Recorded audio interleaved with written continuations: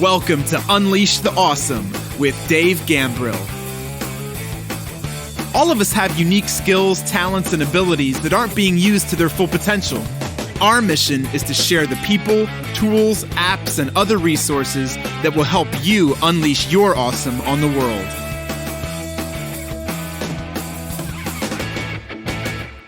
Yo, what's up? It's Dave. Welcome to another episode of Unleash the Awesome. Today, let's talk about the dreaded curse of knowledge and what you can do about it to leverage it for good in your own situation. So one of the things I find that commonly happens with people as I'm helping them or coaching them through launching a business online, especially if it's a knowledge commerce or an information product or something like that, where they are the authority, they're the expert, whatever you want to call them.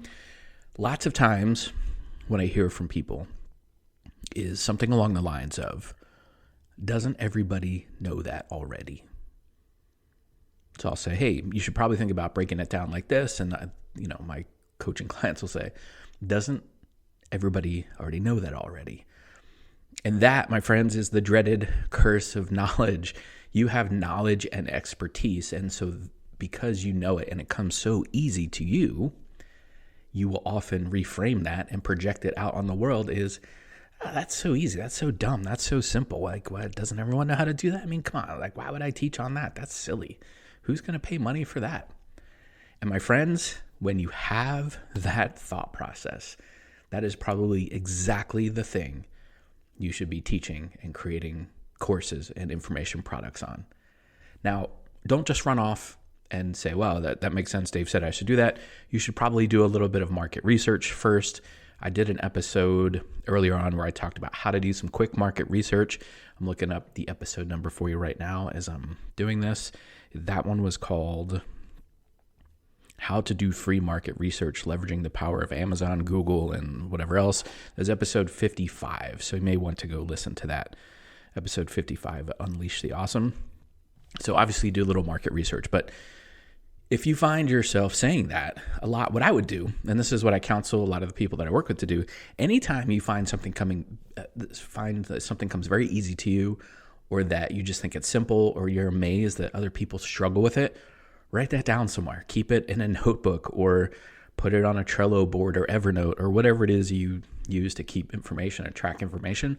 Write it down. It might not be something you take action on right now, but I think you'll find that you'll start creating a list of things that you're really good at, you're really knowledgeable about, that come really easy to you now because you've worked on it so hard. You've studied it so hard. You've put in the 10,000 hours or whatever to get to that point to make it feel so easy to you, right? In the learning process, we would call this unconscious competence. Unconscious competence. You don't even need to think about it. You could just do it. You are in the zone. Okay. When you're at that situation, then that's where the curse of knowledge usually hits people. And because they know the stuff, they discount it and they say, well, doesn't everybody know that? And the answer to that is oftentimes, no, not everybody knows that. And people would actually pay really good money if you could teach them either a framework or, I don't like this word shortcut, but a quicker way to maybe get to the results. Like let's face it, a lot of things we learned in school, it took a long time to learn. And if you have a better, faster, quicker way to say, listen, you don't need all the fluff. You don't need like all that theory and whatever. If you just want to learn this thing, here's my 5-step framework. Here's my 7-step framework. Here's my 9-step framework, whatever. If you can help people learn it quicker, they'll pay money for that. People will cut a check for speed. Okay? People will cut a check for speed. Heard my friend Bari Baumgardner of Sage Event Management say that one time. So if you find yourself doing that, right, and this gets back to another issue that I talked about in another episode, actually, and I didn't think I was going to bring this one up either, but what then starts to happen is you have a confidence or a competence problem. And I did an episode on that. That was episode 6, Conquering the Competence Loop, episode 6 of Unleash the Awesome. You may want to listen to that too. But what happens is you start to think that either you don't have the competence or the expertise to teach people, and so therefore you don't have the confidence to teach it. And so you get stuck in this loop of confidence, competence, and you never get out of it. Right. And so that's where I spend a lot of time with my clients, just kind of grab them by the shoulders and shake them and say, listen, this is where the idea of fake it till you make it came from. Okay. Just go do it. Just take some action. You will start to find out that you do actually know what you're doing. You do have the competence. You can do it. You are an authority. You are an expert in the space. By the way, you don't need to be the number one expert in the entire world. People will actually be more likely to work with you if you're a little closer to them on the expertise scale, right? So if the steps to success were 26 steps from A to Z, and the most proficient people in the world, the experts, were at Z, yes, you could pay for that, but most people could never get to that point, or don't want to get to that point, or couldn't relate to the things that the people at that space talk about. So if you're like at the midway point, you're at like L or M or N or something like that, you just need to target people who are just a few letters or a few steps behind you. You just need to be a chapter or two ahead. You don't need to be the authority or the expert. You can just be an authority or an expert or a great source of knowledge on the path to mastery. Not at the end, on the path. And if you got to where you got, right, and you value whatever that knowledge is, there are other people that value that knowledge too. Last I checked, there's like 7.8 billion people in the world. Roughly 4.5 billion people have access to reliable internet at any given time. And with translation apps and everything else, you have a pretty big addressable market that you could go after.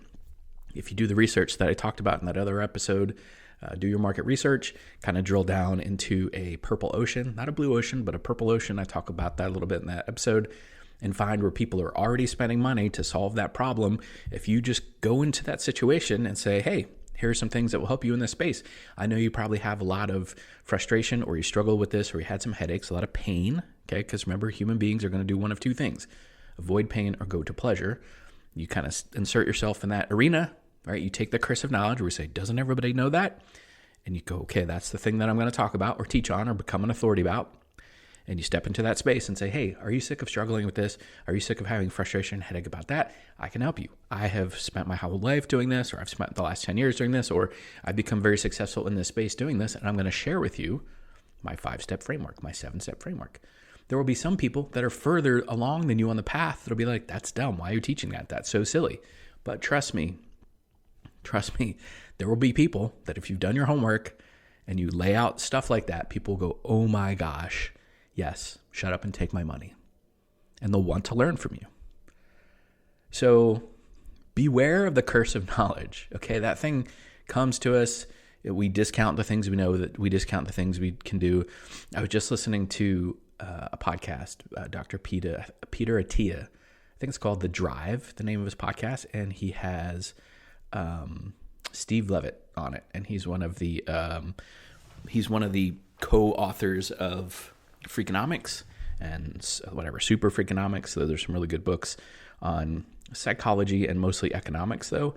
And he was talking about, I'm trying to get the episode for you so I can share it. Steve Levitt, it was episode 154 of Peter Attia's podcast called The Drive. He was talking about how he basically became one of the authorities in the economics space, and he won the highest award. One of the highest awards you can get in economics was he was in college and he was taking a course. It was, I forget specifically what the course was, some economics thing probably. And he came out, like as he was sitting there, he's thinking to himself, well, I'm at Harvard and they're teaching me this stuff and this is so basic. Like I've known this forever. This is so dumb. I can't believe my parents are spending so much money per credit to send me to Harvard. This is so dumb and so easy and so simple. And when he got out, he said to some of his friends who were in that class, hey, wasn't that dumb? That was so simple. And everybody else in the class was like, I have no idea what that dude was talking about. Didn't make any sense to me. And he was kind of like, oh, right. And that was one of his realizations of like, well, this actually comes easy to me. Like I kind of like this. It's kind of simple. Maybe I should lean into it. All right. And then, he's got a great story that he tells on that podcast episode, but he has become one of the thought leaders in the space of economics, behavioral economics, economic theory. He's been kind of all over in micro and macro and all that stuff. But, he's one of the thought leaders in the space of economics and behavioral economics. But he did that because he realized, like, wait, this is so easy. Like, doesn't everybody know this? And he realized very quickly, no, that's not the case. That same thing happened to me. I was doing stuff. I on my path and some of the pivots that I've done on my career path, I was pivoting to being a leadership trainer and corporate trainer, corporate coach, whatever you want to call it. And as I was learning that skill set, I encountered a bunch of people that said, wow, you got your stuff online. How did you do that? It's amazing that you're, building your email list and you're running ads online or whatever. Like, how do you do that? And I'm thinking to myself, wow, that's so easy. Like, why are people asking me? This is so dumb, so simple, right? Not judging them, but just the idea. And then more and more people kept saying the same things. Like, wow, it seems like you're on social media. How are you doing all that stuff? And I'm like, well, it's easy. I just do this, that, whatever. And like, whoa, hold on. You do what? That's when I started to realize that this digital marketing space, where I have a Facebook group called Digital Marketing Mentorship. You should probably come check it out. I'll make sure the link is in the show notes for you. But over in Digital Marketing Mentorship, I stood up that Facebook group to help answer people's questions about monetizing their message online, how to get their stuff online, how to build an email list is what I talk about mostly, but all these other things that are around that topic, right? I'm not an expert in running ads or building membership groups or even on creating courses, but I know people who are, and I can make that connection for you because I decided to insert myself in that space as an authority, because in that space, like some of these other people are further down the path to mastery than I am.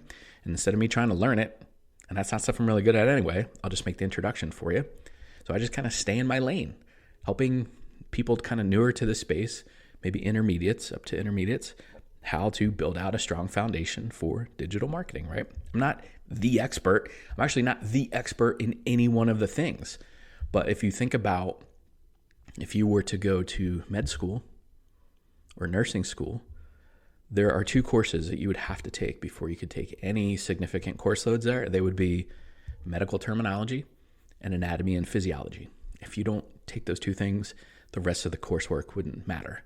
So for me, that's kind of what I do in my digital marketing mentorship. On the path to mastery, I stay in that space of teaching people the terminology, right? The medical terminology. So I'm teaching people the marketing technology and the terminology and some of the things that are available to them. And then I teach them essentially the anatomy and physiology of good marketing campaigns, building your email list, things like that. And then I just kind of send them on their way to learn from other people as they kind of chase their own thing or go on their own path to mastery. But I was struck with the curse of knowledge for years and thought, doesn't everybody know this? And I never really did anything about it till I heard it multiple times. And then thankfully, I was listening to a good mentor that's, kind of taught me essentially what I'm teaching right now. This idea of, look, if it comes really easy to you, that's probably exactly the thing you should lean into and teach and offer as a service. And I was like, man, it doesn't make any sense, but I trust you, so let me try it. And look what's happened, right? I don't think this podcast would be around if I didn't make that decision, right? So as you find yourself, to recap, as you're finding yourself in a situation where you're like, man, that's so easy, that's so dumb, that's so simple, doesn't everybody know that? Write those things down. And if you find a couple of them that are in the same category, same theme or whatever, there's probably a really, really good chance that you could become an authority or an expert in that space, a teacher, a mentor, whatever term you want to use in that space. And you could sell information products, whether courses or, ebooks, $27, $47, recurring membership programs, $47 a month, $97 a month, whatever.